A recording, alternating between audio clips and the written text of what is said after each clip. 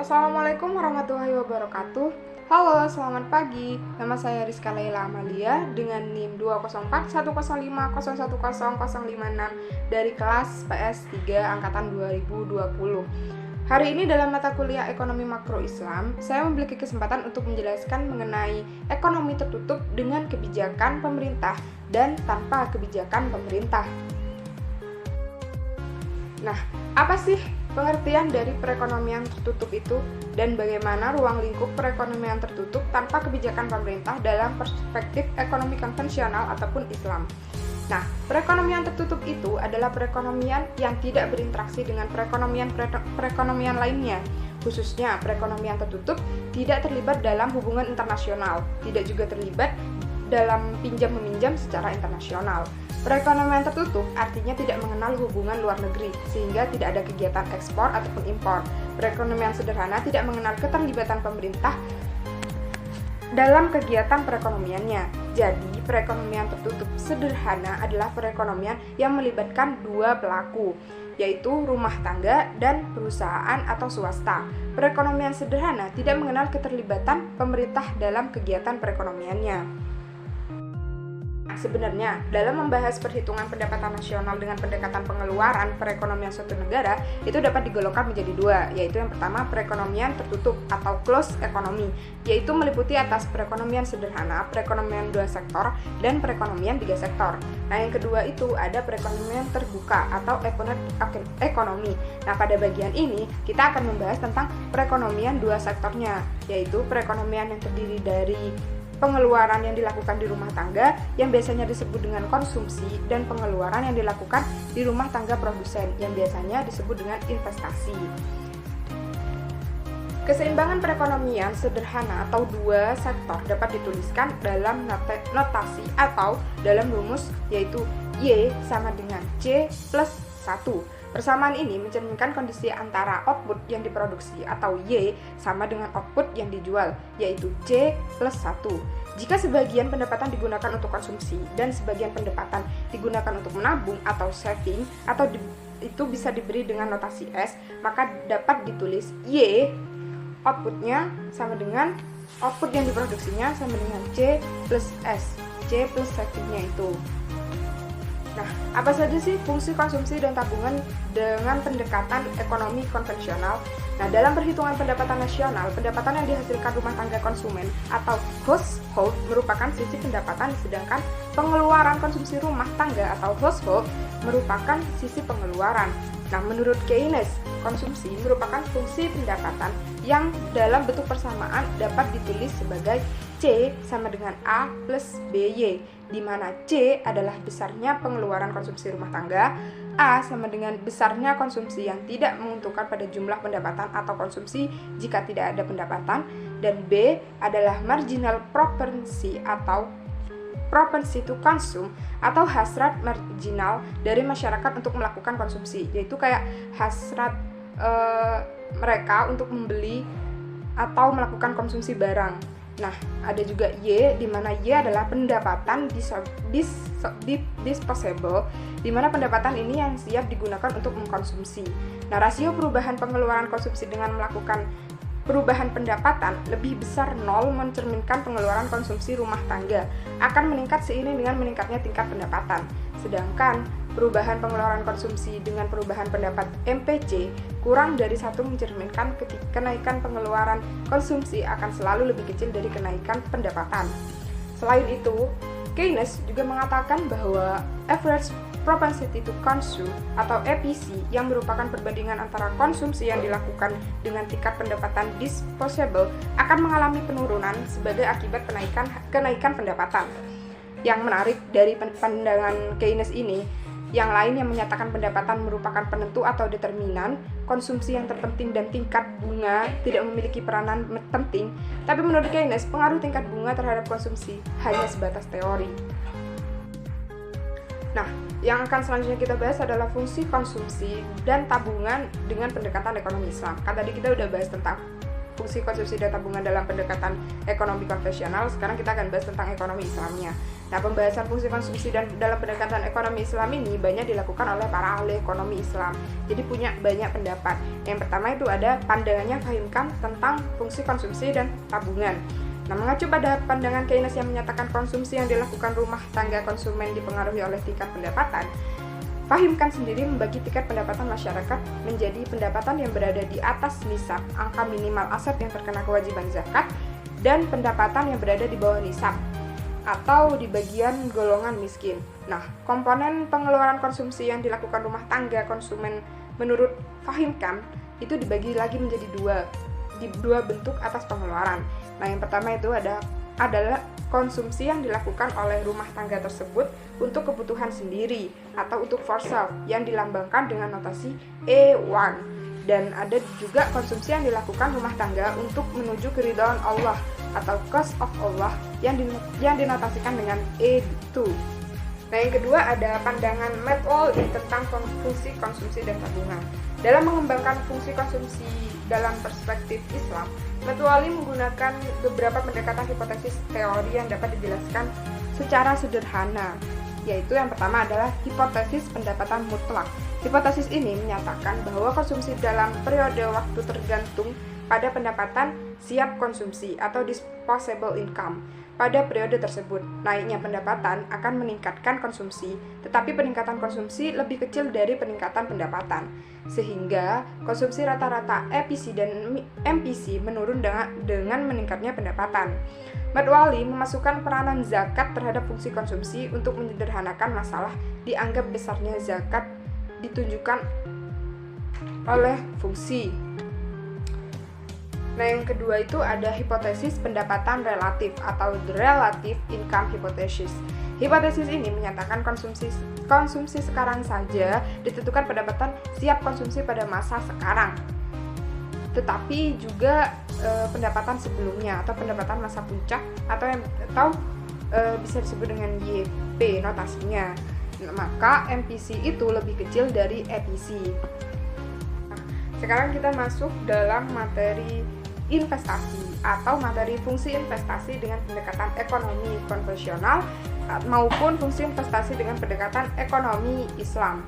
Apa sih investasi itu? Kalian pasti tahu kan ya investasi itu kayak apa, karena kalian juga pasti udah pernah nyoba-nyoba investasi ataupun ngelakuin hal-hal semacam itulah ya. Nah, secara singkat, investasi atau investment dapat didefinisikan sebagai tambahan bersih terhadap stok kapital yang ada. Istilah lain dari investasi adalah penumpukan modal atau akumulasi modal. Dengan demikian, di dalam makroekonomi, pengertian investasi tidak sama dengan modal. Dalam makroekonomi, investasi memiliki arti yang lebih sempit, yaitu jumlah yang dibelanjakan sektor bisnis untuk menambahkan stok modal dalam periode tertentu.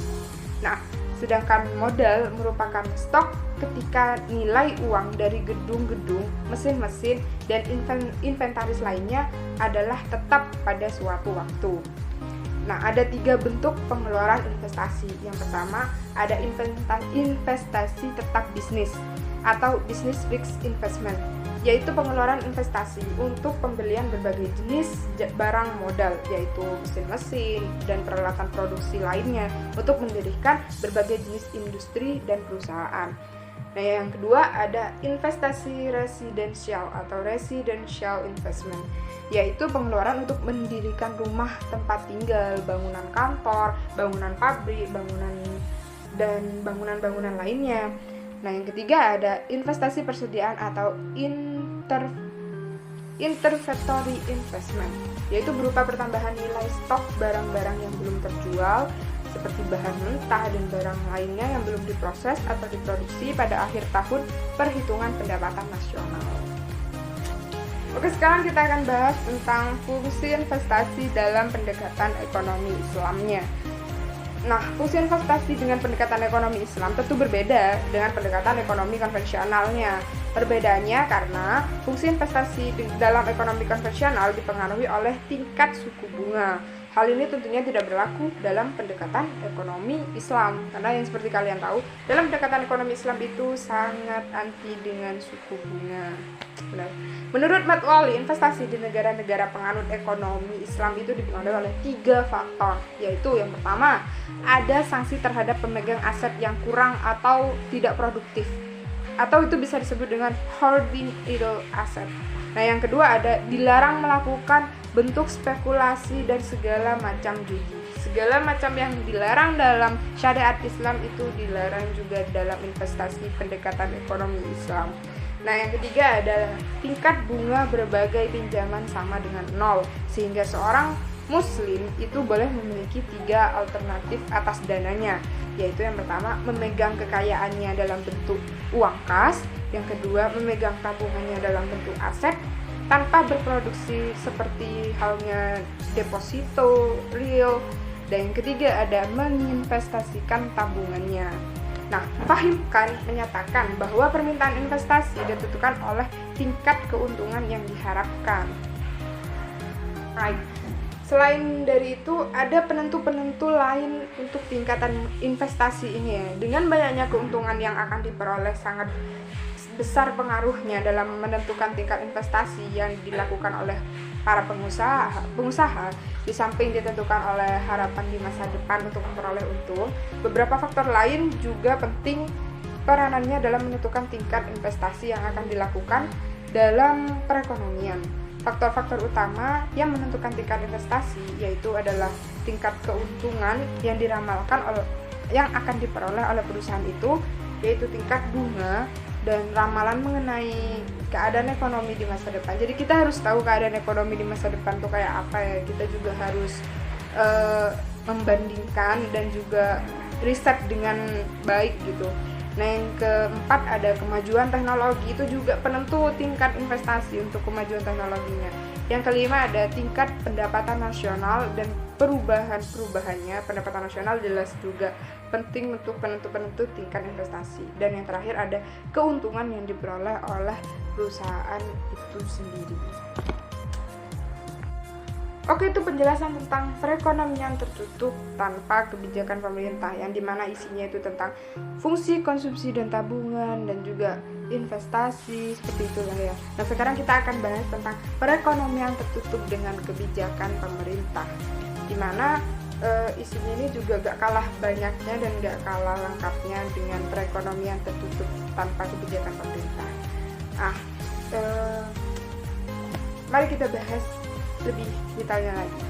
Analisis pendapatan nasional pada perekonomian tertutup dengan kebijakan pemerintah membagi aktivitas perekonomian ke dalam 3 pelaku utama, yaitu rumah tangga, perusahaan, dan pemerintah. Adanya unsur pemerintah menimbulkan 2 konsekuensi dalam perhitungan pendapatan nasional, yaitu dari sudut pengeluaran memunculkan pengeluaran pemerintah atau government expenditure, dan dari sudut penerimaan memunculkan pendapatan pajak atau tax. Hal ini menyebabkan berkembangnya perhitungan keseimbangan pendapatan nasional dari sudut pengeluaran.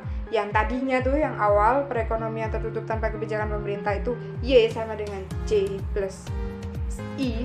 Nah, yang sekarang itu jadi Y sama dengan C plus I plus G, di mana G ini adalah tambahan government expenditure atau pengeluaran yang dilakukan oleh pemerintah.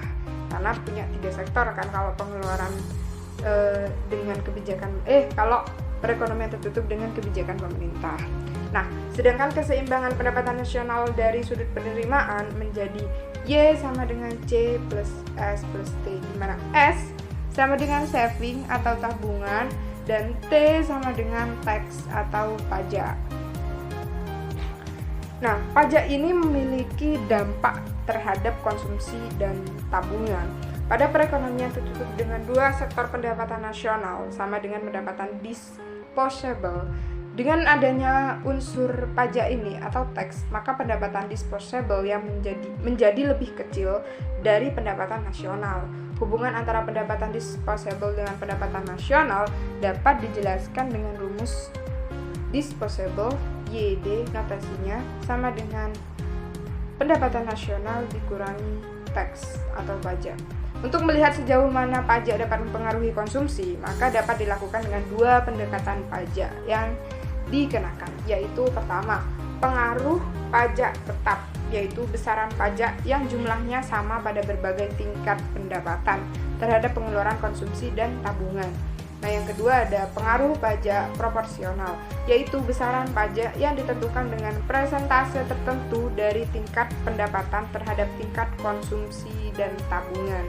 Dalam negara Islam, kebijaksanaan fiskal merupakan atau bisa kita sebut dengan kebijakan fiskal, salah satu perangkat untuk mencapai tujuan syariah yang dijelaskan oleh Imam Al-Ghazali, termasuk meningkatkan kesejahteraan dengan tetap menjaga keimanan, kehidupan, intelektual, kekayaan, dan kepemilikan. Dalam konsep ekonomi Islam, kebijakan fiskal bertujuan untuk mengembangkan suatu masyarakat yang didasarkan atas distribusi kekayaan berimbang dengan menempatkan nilai-nilai material dan spiritual pada tingkat yang sama. Dalam ekonomi konvensional, kebijakan fiskal dapat diartikan sebagai langkah pemerintah untuk membuat perubahan dalam sistem pajak atau dalam pembelanjaan. Dalam konsep makronya disebut dengan government expenditure. Kebijakan fiskal sebagai alat mengurangi fluktuasi pada permintaan agrarian. Ketika perekonomian beroperasi di bawah output potensial, pemerintah harus melakukan expansionary fiscal policy dengan cara meningkatkan belanja pemerintah dan menurunkan pajak. Ketika inflasi menjadi masalah potensial, pemerintah harus beralih ke restrictive fiscal policy dengan cara menurunkan belanja pemerintah dan menaikkan pajak. Anggaran pemerintah itu tidak harus berimbang. Anggaran negara dapat digunakan sebagai countercyclical policy untuk menghilangkan fluktuasi pada permintaan agrarian. Fungsi fiskal sendiri bagi pemerintah itu apa sih? Nah, fungsi fiskal itu bagi pemerintah ada 3. Yang pertama yaitu alokasi barang publik atau allocation, yaitu penyediaan barang publik oleh pemerintah untuk menghasilkan benefit externalities. Nah, yang kedua ada distribusi atau penyaluran, perbaikan distribusi pendapatan dengan menggunakan pajak subsidi. Nah, yang ketiga ada stabilisasi perekonomian atau stabilization economy. Stabilisasi perekonomian dengan melaksanakan politik anggaran. Oke, dalam perekonomian tertutup dengan kebijakan pemerintah, itu juga ada penjelasan mengenai zakat. Nah, pengumpulan zakatnya ini seperti apa? Kita akan bahas lebih lanjut. Pendayagunaan hasil pengumpulan zakat dapat dilakukan dalam 2 pola, yaitu pola konsumtif dan pola produktif. Para amil zakat diharapkan mampu melakukan pembagian porsi hasil pengumpulan zakat, misalnya 60% untuk zakat konsumtif dan 40% untuk zakat produktif. Program penyaluran hasil pengumpulan zakat secara konsumtif bisa dilakukan untuk memenuhi kebutuhan dasar ekonomi para mujtahid melalui pemberian langsung atau maupun melalui lembaga-lembaga yang mengelola fakir miskin, panti asuhan maupun tempat-tempat ibadah yang mendistribusikan zakat kepada masyarakat. Sedangkan program penyaluran hasil pengumpulan zakat secara produktif dapat dilakukan melalui program bantuan pengusaha lemah, pendidikan gratis dalam bentuk beasiswa, dan pelayanan kesehatan gratis. Tadi kita udah bahas tentang pajak gitu kan ya, karena pajak kan sebagian hasil dari pengeluaran dan pemasukan pemerintah gitu kan. Nah, bagaimana cara pengumpulan pajaknya? Syarat pengumpulan pajak agar dalam pemungutannya tidak menimbulkan hambatan atau perlawanan, maka pemungutan atau pengumpulan pajak harus memenuhi syarat yang pertama. Syarat-syaratnya yang pertama, pengumpulan pajak harus adil. Atau yang pertama itu syaratnya keadilan, sesuai dengan tujuan hukum, yakni mencapai keadilan. Undang-undang dan pelaksanakan pemungut juga harus adil. Adil dalam perundang-undangan, diantaranya mengenakan pajak secara umum dan merata, serta disesuaikan dengan kemampuan masing-masing. Sedangkan kalau adil dalam pelaksanaan Islamnya, ya ini dengan memberikan hak wajib pajak bagi untuk mengajukan keberatan penundaan dalam pembayaran dan mengajukan banding kepada majelis pertimbangan pajak. Nah, Yang kedua adalah pengumpulan pajak harus berdasarkan undang-undang atau syariat yuridis. Di Indonesia, pajak diatur dalam Undang-Undang Dasar 1945 Pasal 23A yang menyatakan bahwa pajak dan pungutan lain bersifat memaksa untuk keperluan negara diatur dengan undang-undang. Hal ini memberikan jaminan hukum untuk menyatakan keadilan baik bagi negara maupun warganya. Nah, yang ketiga, syarat pengumpulan pajak yaitu tidak mengganggu perekonomian atau syarat ekonomisnya. Pemungutan tidak boleh mengganggu kelancaran kegiatan produksi maupun perdagangan sehingga tidak menimbulkan kelesuan perekonomian masyarakat. Nah, yang keempat ada pengumpulan pajak harus efisien. Nah, ini dilihat dari syarat finansialnya. Sesuai fungsi budgeter, biaya pemungutan pajak harus dapat ditekan sehingga lebih rendah dari hasil pemungutannya. Nah, yang kelima, yang terakhir, sistem pemungutan pajak harus sederhana. Sistem pemungutan yang sederhana akan memudahkan dan mendorong masyarakat dalam memenuhi kewajiban perpajakannya. Syarat ini telah dipenuhi oleh Undang-Undang Perpajakan yang baru. Oke, jadi dapat disimpulkan bahwa perekonomian tertutup adalah perekonomian yang tidak berinteraksi dengan perekonomian lainnya. Perekonomian tertutup artinya tidak mengenal hubungan luar negeri sehingga tidak ada kegiatan ekspor ataupun impor. Nah, perekonomian tertutup tanpa kebijakan pemerintah itu terbagi menjadi dua sektor, yaitu sektor rumah tangga dan juga sektor perusahaan. Sedangkan perekonomian tertutup dengan kebijakan pemerintah itu terbagi menjadi tiga sektor, yaitu rumah tangga, perusahaan, dan pemerintah. Ada tambahannya. Sepertinya itu penjelasan dari saya hari ini. Sekian dari penjelasan saya. Kurang lebihnya mohon maaf apabila ada kalimat-kalimat yang tidak dapat dimengerti. Kalian semua bisa menaikkan pada saya. Terima kasih atas waktunya sudah mendengarkan saya. Sampai bertemu lagi di lain waktu untuk penjelasan materi-materi yang mungkin akan saya dapatkan di lain hari. Kurang lebihnya mohon maaf. Assalamualaikum warahmatullahi wabarakatuh. Selamat siang, bye-bye.